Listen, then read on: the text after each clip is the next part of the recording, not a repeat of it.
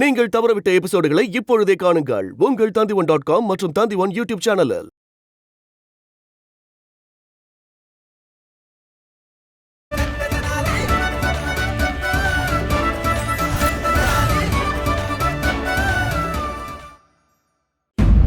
மகாராஜா, இந்த தராசுல பிரச்சனை இருக்கு மகாராஜா. குருவே, தராசுல பிரச்சனை இல்ல. இந்த தராசு தட்ட நாணயங்களால இல்ல, உணர்ச்சிகளோட எடையால தான் எடையை கூட்ட முடியும்.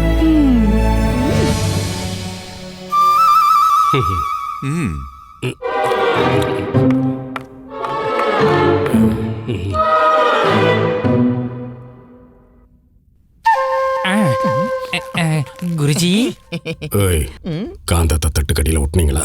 ஆமா குருஜி, நீங்க சொன்ன மாதிரியே என் கையாலேயே நான் ஒட்டினேன். எங்க ஒட்டினேன்? அதுவும் அந்த பக்கம் பாஸ்கரனோட தராசு தட்டுல.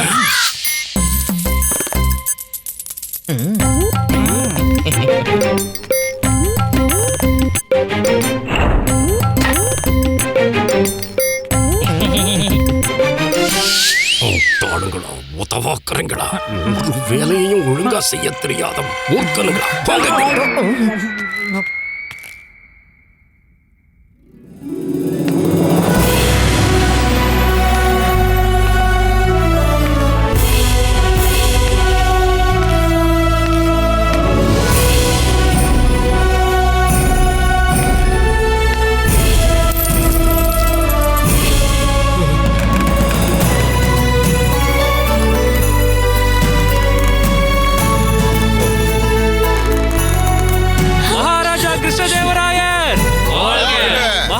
கிருஷ்ணதேவராயர் வாழ்க! மகாராஜா கிருஷ்ணதேவராயர் வாழ்க! மகாராஜா, உங்களுக்கு நான் இப்போ எப்படி நன்றி சொல்றதுன்னு தெரியல. பண்டிதர் ராமகிருஷ்ணா, நீங்க நன்றி சொல்ல வேண்டிய அவசியமே இல்ல. நான் இத பண்ணது என் செல்லம் பாஸ்கருக்காக மட்டும்தான். தர்பாருக்கு வரும்போதெல்லாம் எல்லாரோட அன்பு கிடைச்சு எல்லாரும் எனக்கு சொந்தமானவங்கன்னு தோணுச்சு. ஆனா இன்னைக்கு இவ்ளோ வெகுமதிகள் கிடைச்சதுக்கு அப்புறம் இந்த தர்பாரி எனக்கு சொந்தம் மாதிரி தோணுது. என்னது இதயத்துடன் நிலைமை ரொம்ப மோசமாகிட்டே போகுதுன்னு நினைக்கிறேன். போதும்டா சாமி, இனி இதையெல்லாம் என் கண்ணால பார்க்கவே முடியாது. நீ நான் பார்க்க வேண்டியது சௌதாமினியத்தான். சௌதாமினி, இன்னைக்கு என்னையும் எடை போடுவாங்க. அன்பே ஆருயிரே சௌதாமினி, என்னம்மா இது? வா வா, எழுந்து வா. இல்ல இல்ல இல்ல இல்ல, நான் இறங்க மாட்டேன். இறங்க மாட்டேன்? இல்ல இல்ல. அப்ப சரி, நான் போய் மறுபக்கத்துல உட்கார்ந்துக்கிறேன். இல்ல இல்ல, இன்னொரு பக்கம் தராசு தங்கத்துக்காக, உங்களுக்காக கிடையாது. நீ என்ன சொல்ற சௌதாமினி?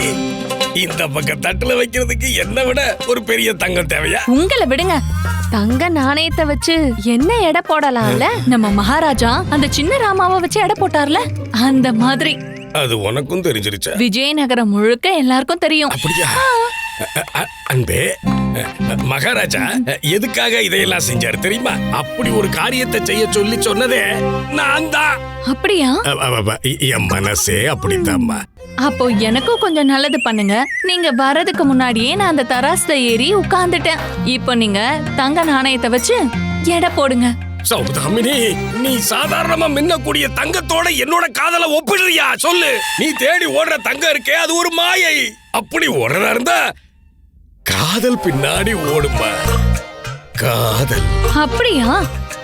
எனக்கு நல்லாவே தெரியும், தப்பி தவறி கூட எனக்கு எதுவுமே கிடைக்காதுன்னு.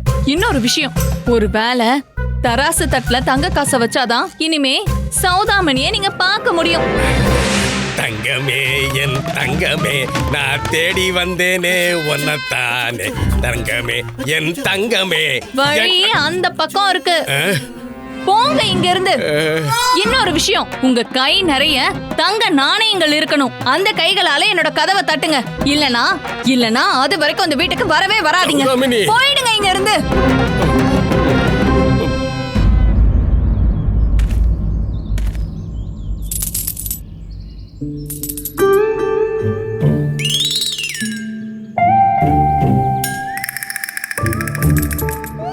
என்னோட அப்பாக்கு என்ன ஆச்சு?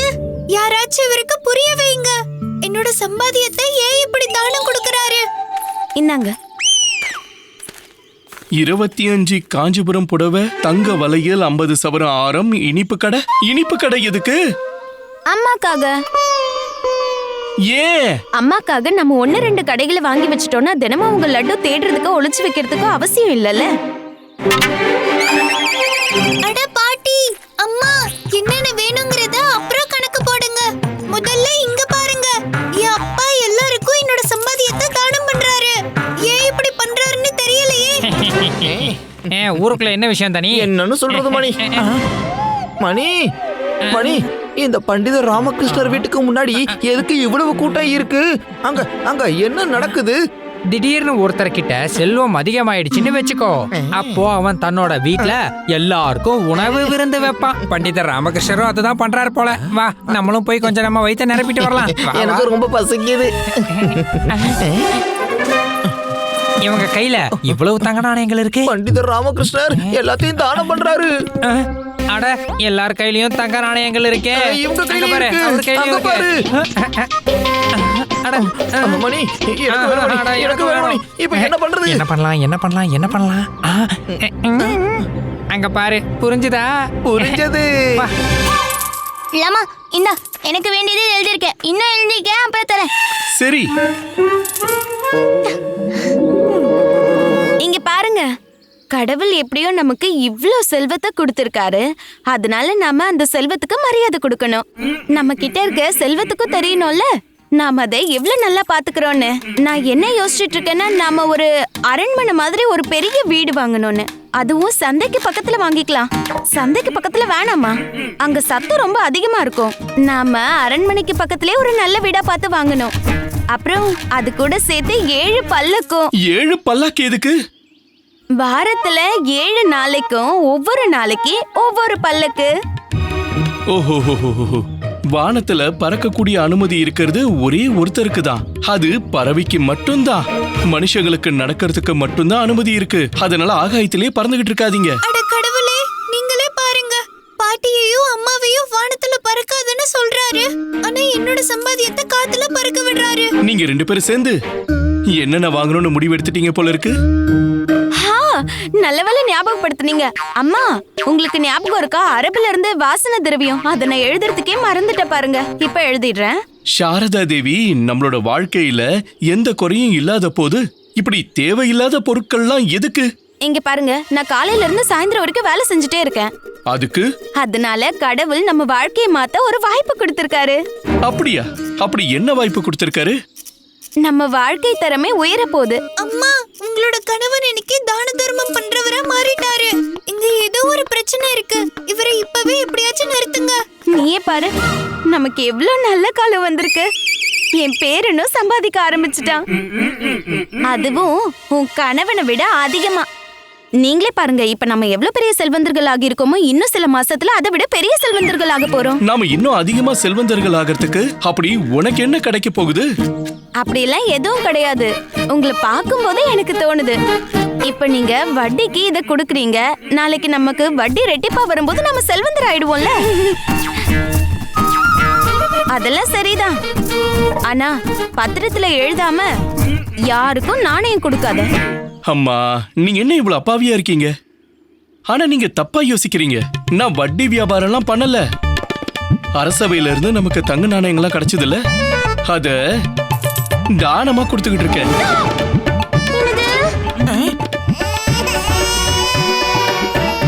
இப்போ கடைசியா மீந்து இருக்கிறது இந்த நாணயம் தான். இதையும் கொடுத்துட்றேன்.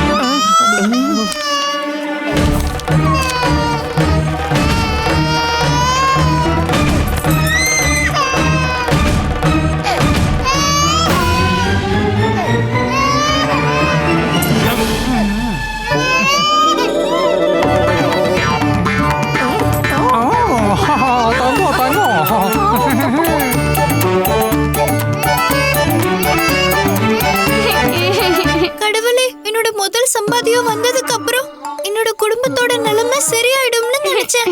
ஆனா என்னோட முதல் சம்பாத்தியத்தை என்னோட அப்பா என்ன கேட்காம இப்படி பண்ணுவாருன்னு நான் யோசிக்கவே இல்ல.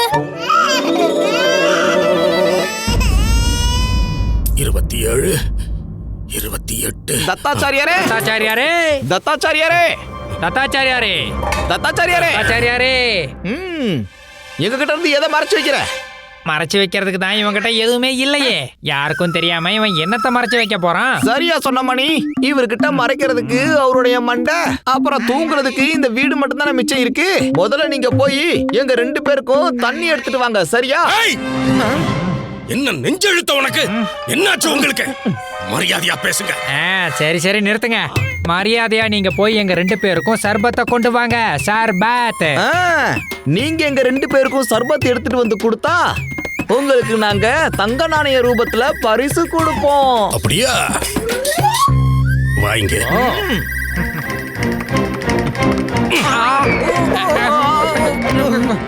டாளுங்களா, தூக்கத்துல கனவுல தங்க நாணயத்தை பார்த்துட்டு அதை கொண்டு வந்து எனக்கு கொடுக்கறேன்னு சொல்றீங்களா? மணி, இப்படி எல்லாம் பேசினா குருஜி நம்பவே மாட்டாரு. காமிச்சாதான் தெரியும். இங்க பாருங்க.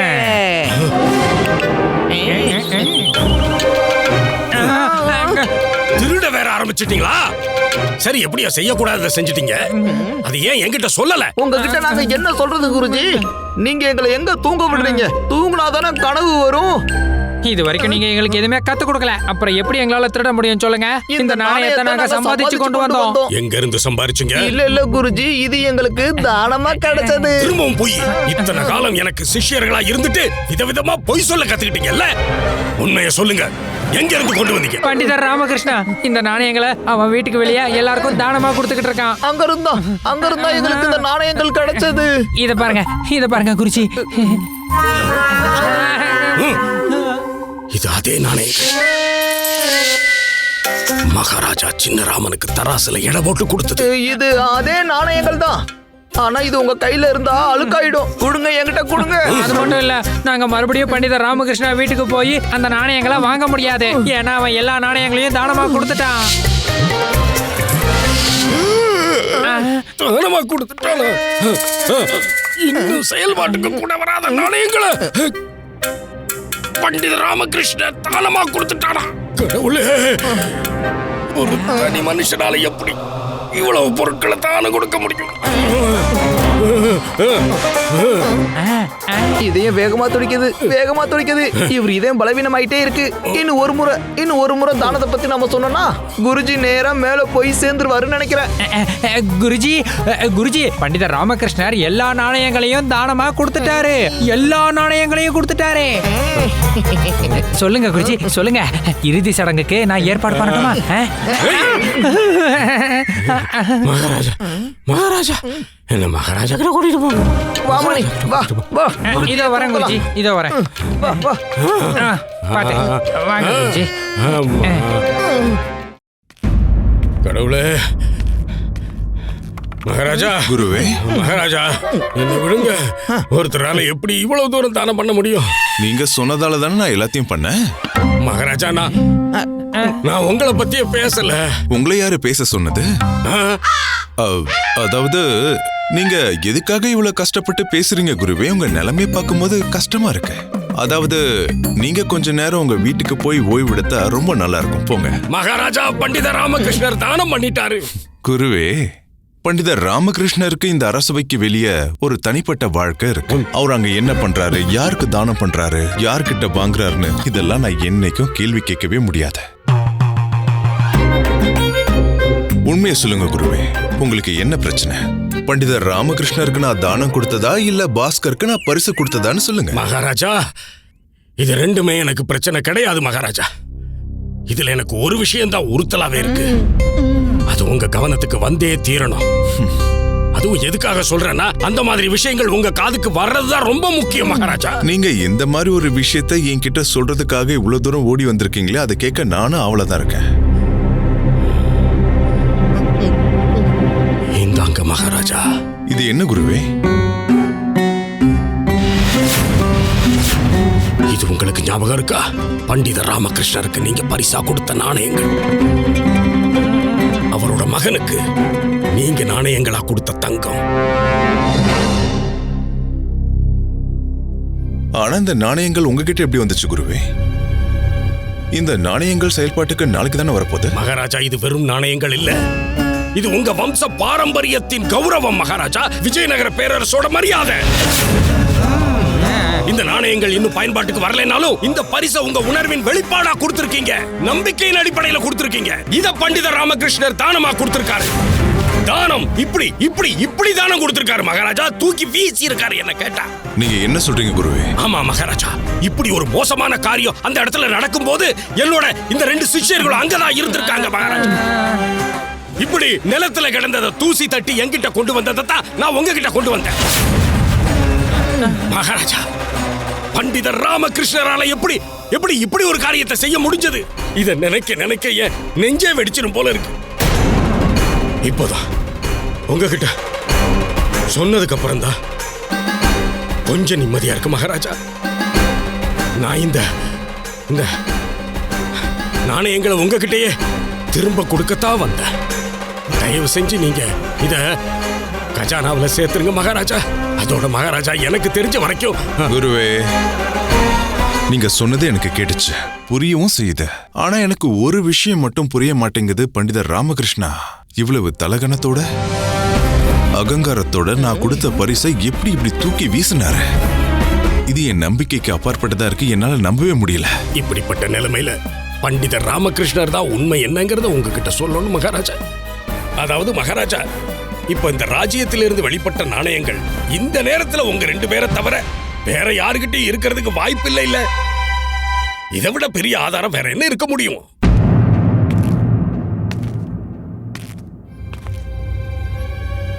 அரசவைக்கு இப்பவே எல்லாரும் வந்தாகணும். இந்த விஷயத்தை மந்திரியார்கிட்ட சீக்கிரம் தெரிவிங்க. அது மட்டும் இல்ல, பண்டிதர் ராமகிருஷ்ணர் சீக்கிரம் இந்த அரசவைக்கு வந்தாகணும். சரிங்க மகாராஜா.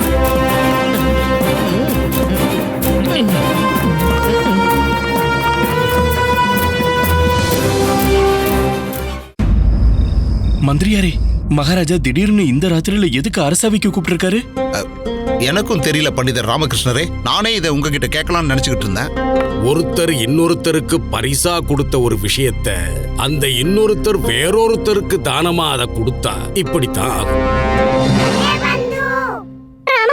இந்த தத்தாச்சாரியாரோட சிரிப்பு தான் நம்மளோட ஆபத்தோட பெரிய அறிகுறி. எனக்கு ரொம்ப பயமா இருக்கு. பட்டு, இந்த ராத்திரி இருட்டுல என் கூட தனியா வந்திருக்கல, அதான் உனக்கு பயமா இருக்கு. எனக்கு எந்த பிரச்சனையும் வராது, பயப்படாத. மகாராஜா கிருஷ்ணதேவராயர்! மகாராஜா கிருஷ்ணதேவராயர்! மகாராஜா கிருஷ்ணதேவராயர்!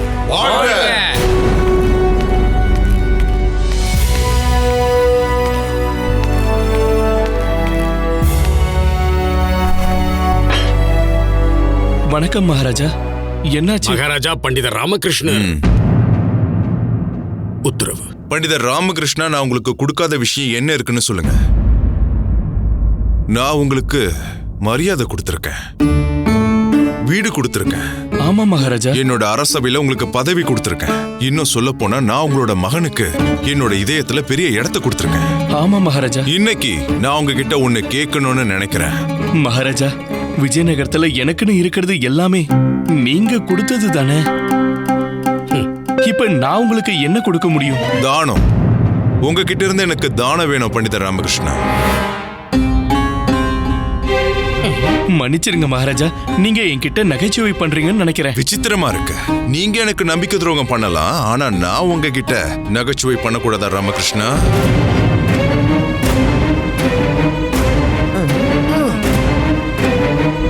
மகாராஜா, நம்பிக்கை துரோகமா? நான் எப்ப நம்பிக்கை துரோகம் பண்ண? சரி, இதை விடுங்க. இப்ப நான் உங்ககிட்ட கேட்க போறத நீங்க கொடுப்பீங்களா மாட்டீங்களா? கண்டிப்பா மகாராஜா, கண்டிப்பா கொடுப்பேன். பிரமாதம். தராசுல பாஸ்கரோட எடைக்கு ஈடா தங்க நாணயங்கள் கொடுத்தேன்ல, அது எனக்கு திரும்ப வேணும்.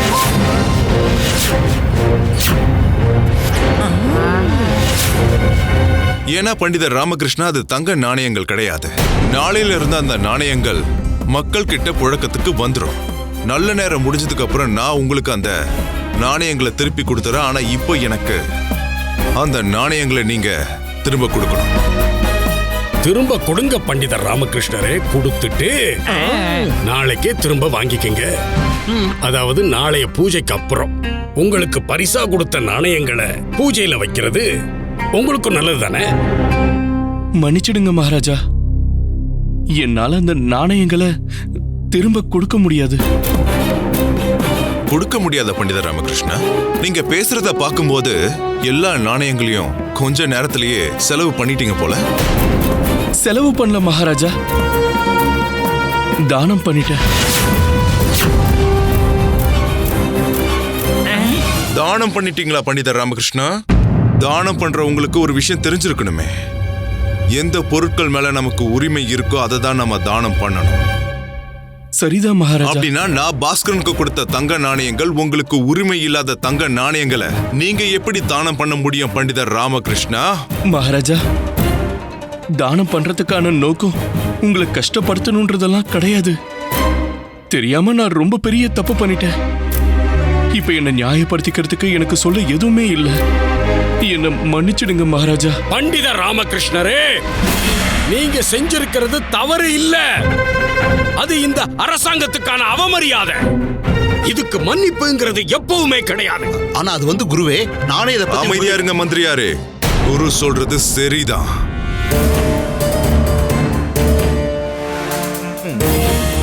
பண்டிதர் ராமகிருஷ்ணனுக்கு தண்டனை நிச்சயம் கிடைக்கும். உங்க மனைவி, உங்க அம்மா, உங்க மகன் பாஸ்கர் எல்லாரும் உங்க வீட்ல இருக்கலாம். ஆனா நீங்க அவங்க கூட இருக்க கூடாது.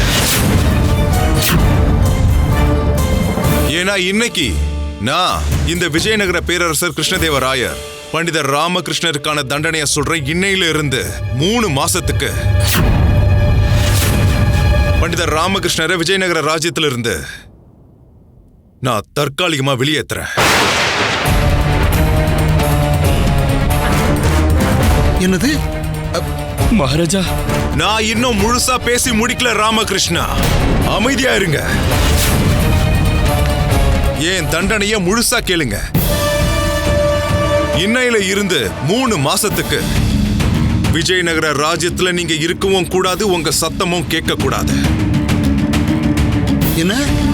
இத மீறினீங்கன்னா உங்களுக்கு 3 மாசத்துக்கு கொடுத்த தண்டனைக்கு இன்னொரு தண்டனையா இந்த விஜயநகர ராஜ்யத்திலிருந்து நிரந்தரமா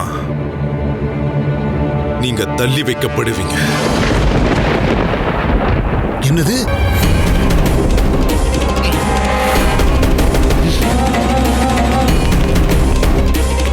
மகாராஜா, மகாராஜா இந்த தண்டனை மகாராஜா.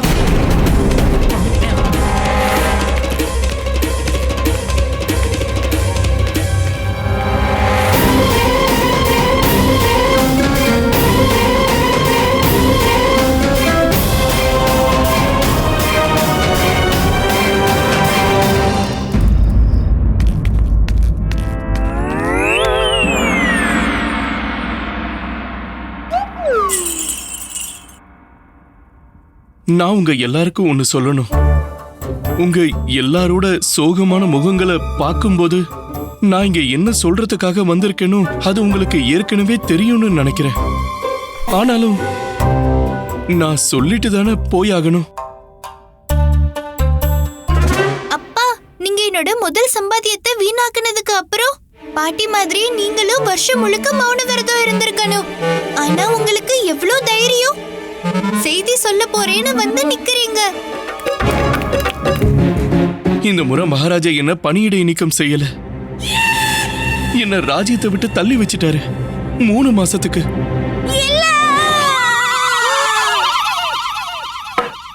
இதெல்லாம் ஒரு முடிவா? மகாராஜா எப்படி இதெல்லாம் பண்ணலாம்? மகாராஜா என்கிட்ட இருந்து என்னோட உரிமையை எப்படி பறிக்க முடியும்? ஆமாமா, நீங்க சரியா சொல்றீங்க. என்னோட உரிமை என்னது? என்ன சொல்றீங்க? என்ன உரிமை? உங்களை இந்த வீட்டை விட்டு துரத்துற உரிமை. மகாராஜா உங்களை அரசவையில இருந்து தள்ளி வச்சிருக்கலாம்ல, ஆனா உங்களை விஜயநகரத்தை விட்டு தள்ளி வச்சு எங்களோட உரிமையை பறிச்சுட்டாருல. அம்மா, நீங்க என்ன சொல்றீங்க? இது அம்மா இல்ல, நான் சொல்றேன். வீட்ல இருந்து எல்லா செல்வத்தையும் வெளியே அனுப்பிட்ட. இப்ப நீயும் வீட்டை விட்டு வெளியே போ. சரதா, நீ எப்படி உன் புருஷன்கிட்ட இப்படி பேசலாம்? இது நான் சொல்லல, அம்மா சொல்றாங்க. அம்மா. ஐயோ, சில நேரம் நீ பேசுற, சில நேரம் அம்மா பேசுறாங்க. ரெண்டு பேரும் ஒரே விஷயத்தை தானே சொல்றீங்க. மகாராஜா உன்னை ராஜ்யத்தை விட்டு தள்ளி வச்சுட்டாரு. நாங்க ரெண்டு பேரும் சேர்ந்து உன்னை வீட்டை விட்டு தள்ளி வைக்கிறோம். அம்மா, என்னோட லட்டு திருடும் அம்மா. நீங்க என்ன சொல்றீங்கன்னு உங்களுக்கு புரியுதா? இதுல புரியுறது என்ன இருக்கு? நாங்க முதல்ல எல்லா ஏற்பாடையும் பண்ணிட்டோம். அங்க பாருங்க, எப்பயோ கட்டி வச்சுட்டோம். நீயுமா? அம்மா, தாயே, நான் இல்லாம எப்படி இருப்பீங்க? கொஞ்சமாவது யோசிச்சு பாருங்க. என்ன பத்தி இல்லனாலும் உங்களை பத்தியாவது யோசிச்சு பாருங்க.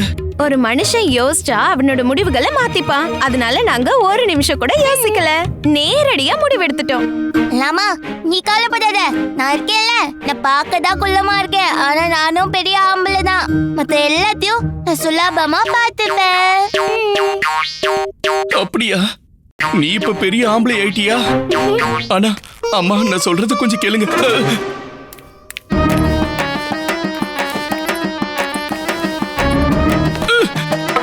போற போற போற போற.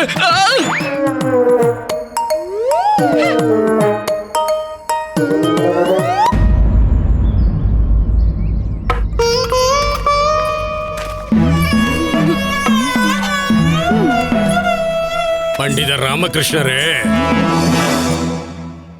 நீங்க ஒன்னும் ஸ்ரீராமர் மாதிரி உங்க அப்பாவுக்கு கொடுத்த வாக்குக்காக வனவாசம் போகல. உங்களை ராஜ்யத்திலிருந்து ஒதுக்கி வைக்கிறாங்க, புரியுதா? என்னமோ வீரநாட்டம் கம்பீரமா கிளம்புறீங்க. தலைய குனிஞ்சி கூனி குறுகி நடந்து போகணும்.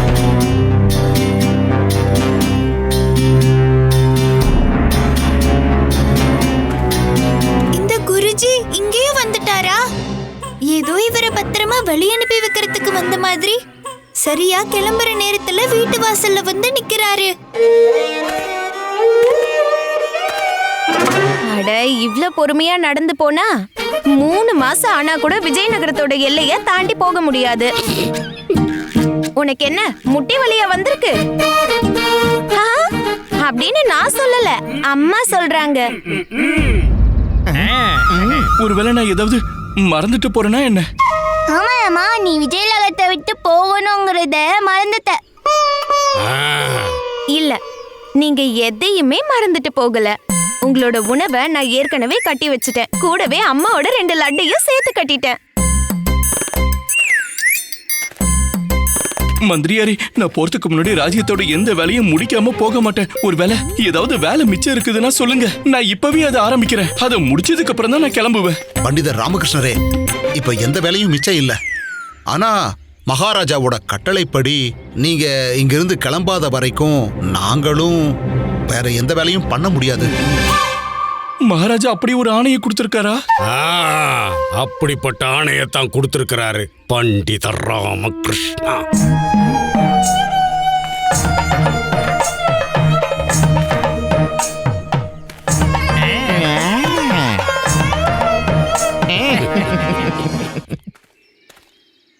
அம்மா, நீங்க கூப்பிட்டீங்களா?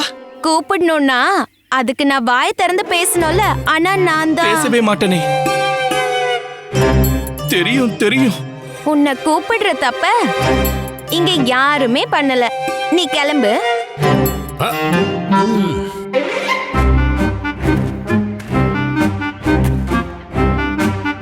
இல்லம்மா, நீங்க என்ன கூப்பிடலம்மா.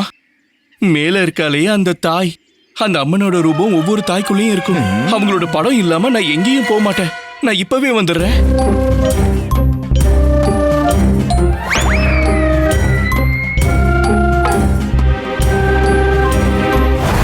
பண்டிதர் ராமகிருஷ்ணரே, அதான் படத்தை வாங்கிட்டீங்கல்ல, போய்கிட்டே இருக்கணும்.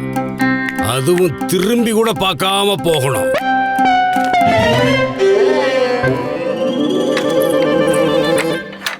பாத்தீங்கல்ல தனிமணி, எனக்கு தெரியும். என்னதான் மீன் தண்ணிக்குள்ள நீந்தினாலும் ஓடினாலும் ஆடினாலும் கண்டிப்பா வலையில ஒரு நாள் மாட்டும். அடடா குருஜி, பிரமாதம். கடைசியில பண்டிதர் ராமகிருஷ்ணன் தோத்துட்டான். இப்ப ஜெயிச்சிருக்கிறது நீங்க தான் குருஜி. வாழ்த்துக்கள். என்ன நின்னுட்டீங்க பண்டிதர் ராமகிருஷ்ணரே? முன்ன வச்ச கால பின்ன வைக்கலாமா? ரொம்ப தாகமா இருக்கு குருவே, தண்ணி குடிச்சுக்கிட்டுமா? எனக்கு தெரியும் தனிமணி. சொல்லுங்க குருஜி. இதோ இருக்காரே, இவருக்கு தண்ணி காட்டுங்க, அதாவது தண்ணி கொடுங்க. தண்ணிய நாங்க கையோட கொண்டு வந்துட்டோம். இந்தாங்க பண்டிதர் ராமகிருஷ்ணரே, தண்ணி குடிங்க. இந்தாங்க, குடிங்க குடிங்க, சீக்கிரம் குடு, அப்பதான் கிளம்புவாரு.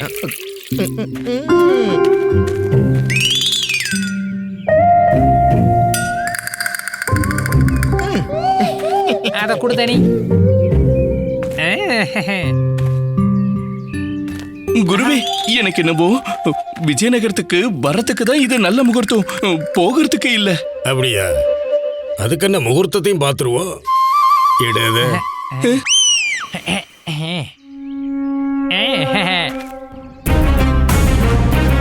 பண்டிதர் ராமகிருஷ்ணா, நீ எந்த முகூர்த்தத்துல காலடி எடுத்து வச்சியோ அன்னைக்கே போறதுக்கான முகூர்த்தத்தை முடிவு பண்ணிட்ட. முகூர்த்தத்தை பார்த்தாச்சு. சிறப்பு, மிகச் சிறப்பு. இந்த முகூர்த்தத்துல போறவங்க திரும்பி வரவே மாட்டாங்க. நான் என்ன யோசிக்கிட்டு இருந்தேன்னா, நல்லா யோசிங்க பண்டித ராமகிருஷ்ணரே. 3 மாத கால அவகாசம் இருக்கு.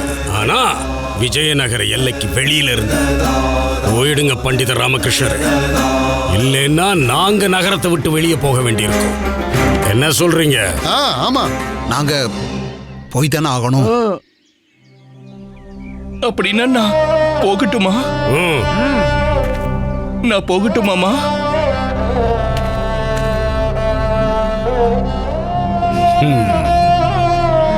இப்ப ஆசீர்வாதம் வாங்குறதுல எந்த அர்த்தமும் இல்ல. இது எனக்கான நேரம். போய் தொலைங்க பண்டித ராமகிருஷ்ணரே.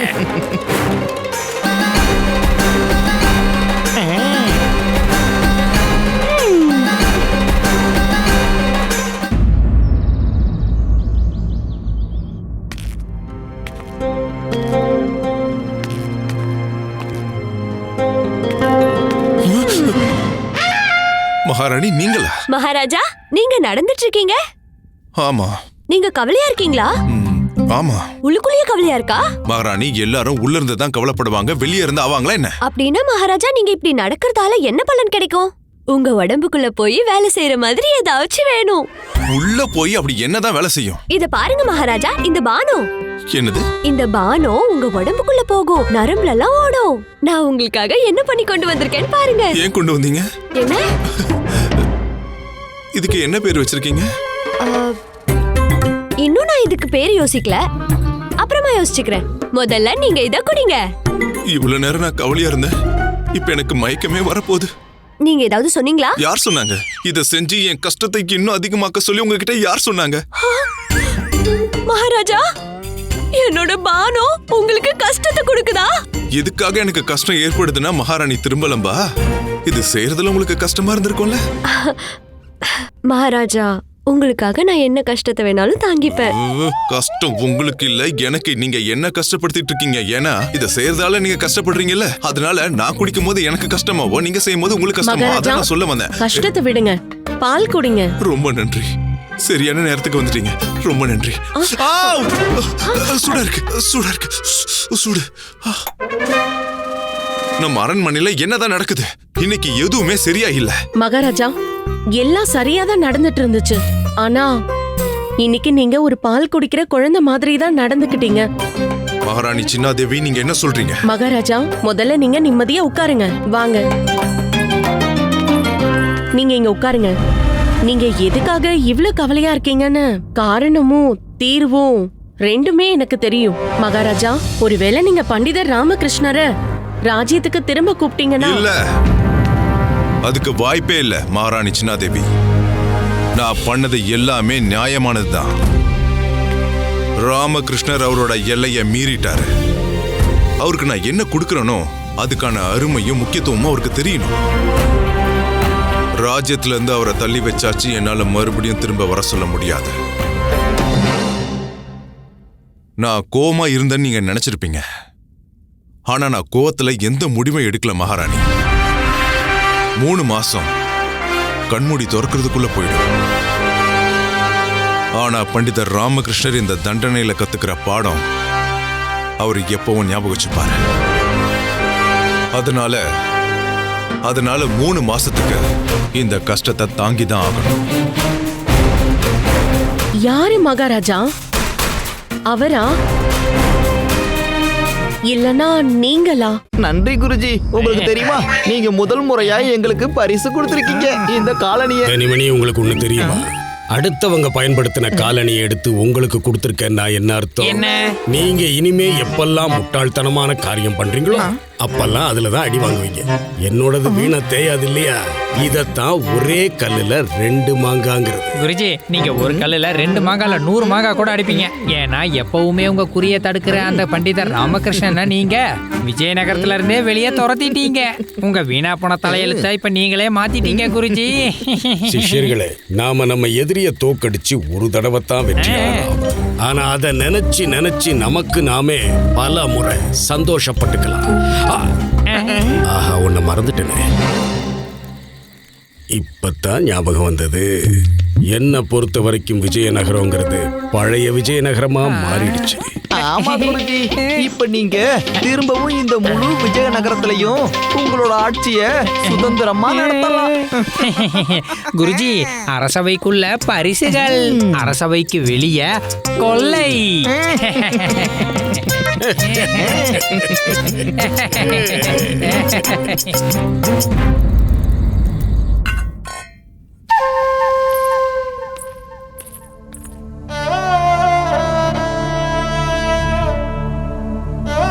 அம்மா, இப்பவாவது ஏதாவது சாப்பிடுங்க. நீங்க காலையில இருந்து எதுவுமே சாப்பிடல. 2 லட்டு வாச்சு சாப்பிடுங்க. நீயும் தான் காலையில இருந்து சாப்பாடே சாப்பிடல, எந்த வேலையும் செய்யல. எல்லா வேலையும் நான் தான் பண்ணி ஆகணும்னு நினைக்கிறேன். ஆமாம்மா. நான் என்ன யோசிச்சுட்டு இருந்தேன்னா, அவர் எங்க தூங்குவாரு, என்ன சாப்பிடுவாரு, எங்க போய் சேர்ந்திருப்பாரு? அம்மா, நீ சரியாதான் சொல்ற சாரதா. எனக்கு ரொம்ப கவலையா இருக்கு. அவரை நினைச்சா? இல்ல இல்ல, என்ன நினைச்சு? இங்க பாரு, ஒருவேளை லட்டு முடிஞ்சிடுச்சுன்னா யாரு வாங்கிட்டு வருவாங்க? என்னோட ஜபத்தெல்லாம் யாரு எண்ணுவாங்க? இப்ப என்னோட தடி நல்லா தூங்கிட்டு இருக்கு. இப்ப இத வச்சு நான் யார அடிப்பேன்? நீங்க சரியா சொல்றீங்கம்மா. ஒரு நல்ல புருஷன் கிட்ட இருக்க வேண்டிய எல்லா குணமும் அவர்கிட்ட எப்பவுமே இருக்கும். நமக்கு இப்ப வரைக்கும் வேலைக்காரங்களோட தேவையே இல்லாம இருந்துச்சு. அப்பா, நீங்க போய் முழுசா ஒரு நாள் கூட ஆகல. எனக்கு இந்த முழு வாழ்க்கையோட உண்மை என்னன்னு தெரிஞ்சிருச்சு. கல்யாணமான ஆம்பளைங்க மேல யாருக்கும் அன்பு இருக்காது. ஒரு கணவனுக்கும் சேவகனுக்கும் எந்த வித்தியாசமும் இல்ல.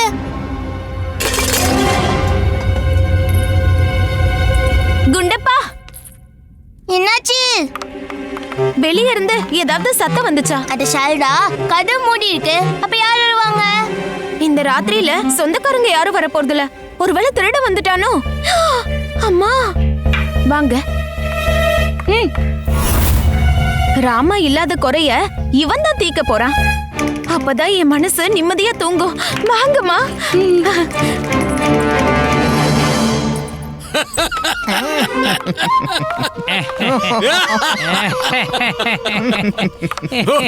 இங்க பாருங்க, நாம வெளியில சுத்தி வந்துகிட்டு இருக்கோம். இங்க என் வாழ்க்கையோட துக்கமும் சுகமும் ஒரே தராசுல உட்கார்ந்து இருக்காங்க. அது என்னமோ உண்மைதான் குருஜி. ஆனா இங்க பாருங்க, துக்கத்தோட தட்டு சுகத்தோட தட்டை விட இடம் அதிகமா இருக்கு.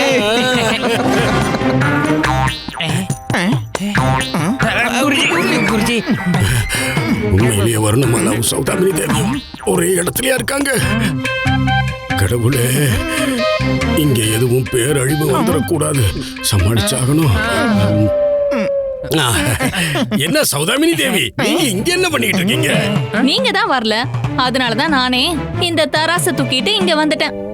வர்ணமாலா, நீ எதுக்குமா தட்டுல உட்கார்ந்திருக்க? சுவாமி, நீங்க அவங்கள தங்கத்தோட எடை போட போறீங்கல்ல? ஒரு கணவனுக்கு அவங்க மனைவி தானே அவங்களோட தங்கம். அதான் இந்த தராசுல நான் வந்து உட்கார்ந்துட்டேன். போதும் போதும் போதும் போதும் போதும் போதும் போதும். இதுக்கு மேல என்னால பொறுத்துக்க முடியாது. உங்க 2 பேரும் எடையும் நான் எப்படி தாங்குறேன்னு இந்த தராசுக்கு எப்படி தெரியும்? இப்படியே 2 பேரும் உட்கார்ந்து இருந்தீங்கன்னா தராசே உடைஞ்சிரும்மா. இது உடைஞ்சிரும்னு நீங்க கவலைப்பட வேண்டாம். ஒருவேளை இது உடைஞ்சா இன்னொன்னு வந்துரும். நீங்க தங்க நாணயங்களை ஏற்பாடு பண்ணா மட்டும் போதும். என்ன சுவாமி, எடைக்கணையான தங்கம் கொண்டு வர போறீங்களா? அப்படின்னா நான் உங்களோட தங்கம் இல்லையா? வருணமாலா, வருணமாலா, வருணமாலா, நீ நினைக்கிற மாதிரி எல்லாம் எதுவும் இல்லம்மா. நான் சொல்றத கேளு. இந்த தராசுல ராத்திரி பூரா தூங்கணும், அதுதான் வீதி. உங்க 2 பேருக்குமே ஒரு விஷயம் தெரியாது, இது கடவுளால் ஆசீர்வதிக்கப்பட்ட தராசு. இதுல ஒரு ராத்திரி பூரா தூங்குனா நம்ம செஞ்ச பாவமெல்லாம் தொலைஞ்சிடும். ஆனா ஒரு விஷயம், ஒரு நிபந்தனை. இந்த தராசுல 2 பேரும் ஒரே நேரத்துல இருக்க கூடாது. அப்படி ஒண்ணா உட்கார்ந்து இருந்தா பாவம் 2 மடங்கா ஏறிடும். 2 மடங்காயிடுமா? ஐயோ, நான் இறங்கிடுறேன், நான் விழுந்துருவேன். என்ன யாராச்சும் இறக்குங்க. வருணமாலா, எனக்கு ரொம்ப தாகமா இருக்கு, கொஞ்சம் தண்ணி கொண்டு வரியா? சரிங்க சுவாமி, இப்பவே கொண்டு வரேன். சௌதாமினி, அந்த வருணமாலா தண்ணி கொண்டு வர்றதுக்குள்ள நீ இங்க இருந்து போயிடு. இதோ பாரு, நீ தங்கத்தை பத்தி தானே பேசுன, இப்போ நான் உன்னை வைரத்தாலேயே எடை போடுறேன். Catch us on TV, Tandivan.com, Facebook and YouTube.